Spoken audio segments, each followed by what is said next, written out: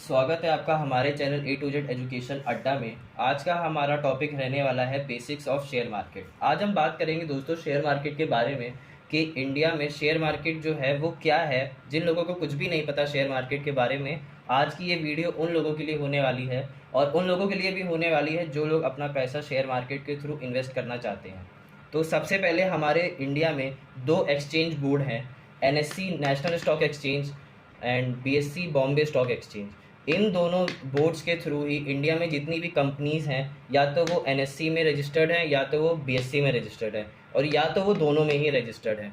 तो Indian market में Nifty जो एनएससी के अंडर आता है, ये इंडिया की टॉप 50 कंपनियां ओन करता है जो कि एनएससी में रजिस्टर्ड होती हैं। सेंसेक्स हमारा दूसरा इंडेक्स है बीएससी का, जहाँ पे टॉप इंडिया की 30 कंपनियां रजिस्टर्ड होती हैं, जहाँ पे लोग अपना पैसा इन्वेस्ट करना चाहते हैं।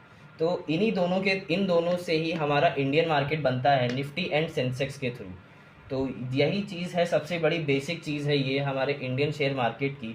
फिर बात आती है कि कैसे कोई एक बिगिनर अपने लिए कोई स्टॉक चूज़ करे जिसको कुछ भी नहीं पता है कि वो अपना पैसा कहाँ इन्वेस्ट करे। तो यहाँ पे मैंने कुछ पॉइंट लिख रखे हैं जिनके थ्रू हम पढ़ के समझ सकते हैं कि हमें कहाँ पे पैसा अपना लगाना चाहिए, किन स्टॉक्स को चूज़ करना चाहिए, कितने टाइम के लिए चूज़ करना चाहिए। तो how to choose best stock for best game. तो इसमें सबसे पहली चीज़ आती है अंडरस्टैंड इंडियन बजट। तो हमको सबसे पहले अपना बजट समझना चाहिए जो हर साल मार्च फरवरी में आता है इंडियन गवर्नमेंट के थ्रू।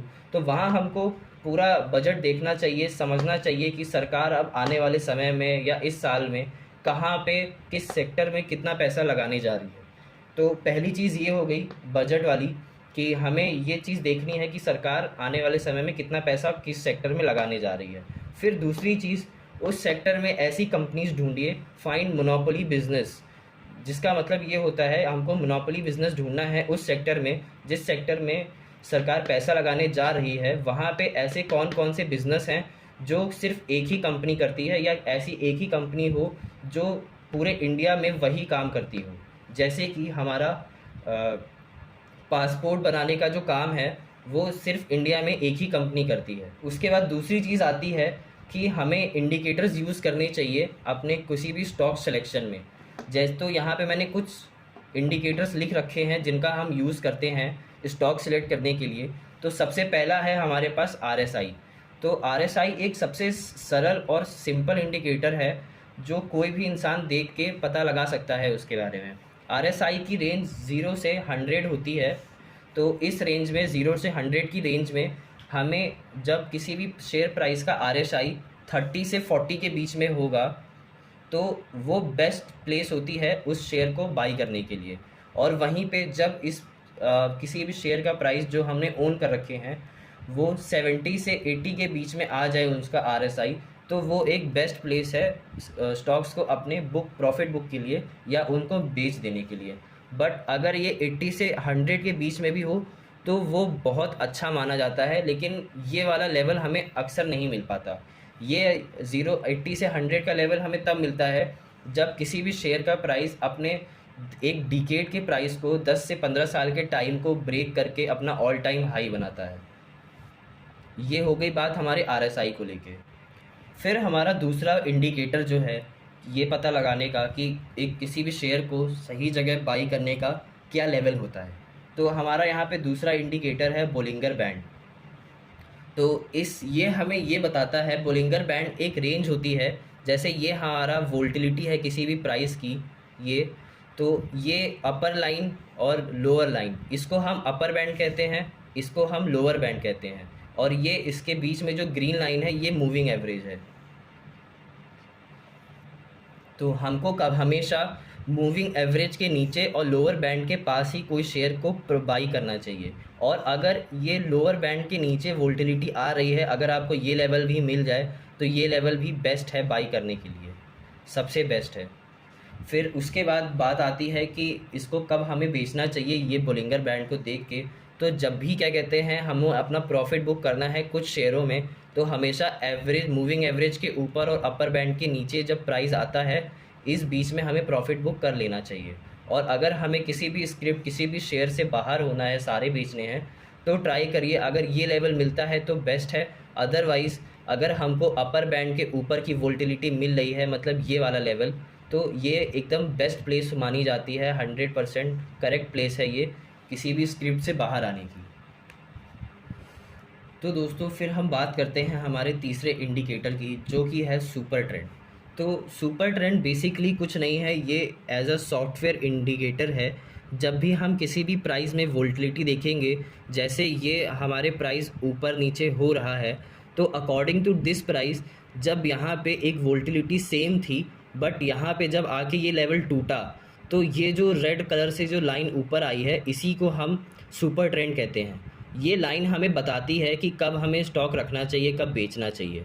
यानी कि जब हमारा ये प्राइस देखिए आप ज़्यादा नीचे आया, इसने ये वाली लाइन के लेवल्स तोड़ दिए, तब ये जब यहाँ पे नीचे आने लगा तो इसने ये रेड सिग्नल दे दिया सुपर ट्रेंड की लाइन ने कि अब आप इसको बेच दीजिए। और फिर ये नीचे ही आता रहा है, आता रहा है, काफ़ी देर नीचे रहा है प्राइस। फिर जब ये प्राइस ऊपर गया है तो सुपर ट्रेंड ने हमें ये भी बताया है कि इसको अब बाई कर लीजिए, और उसी हिसाब से देखिए काफ़ी दिन तक ये उसी लेवल पे प्राइस रहा है।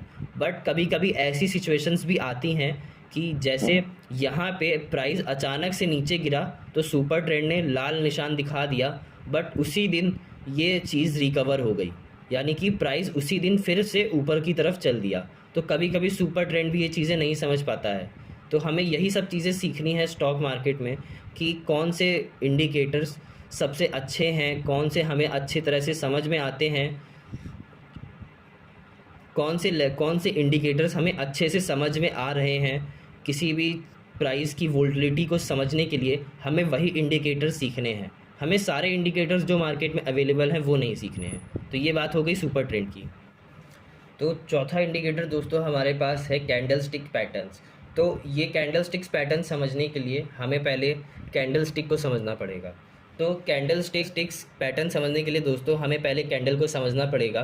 तो कैंडल को समझने के लिए हमें ऐसे समझना है कि कोई कैंडल फॉर्म कैसे होती है।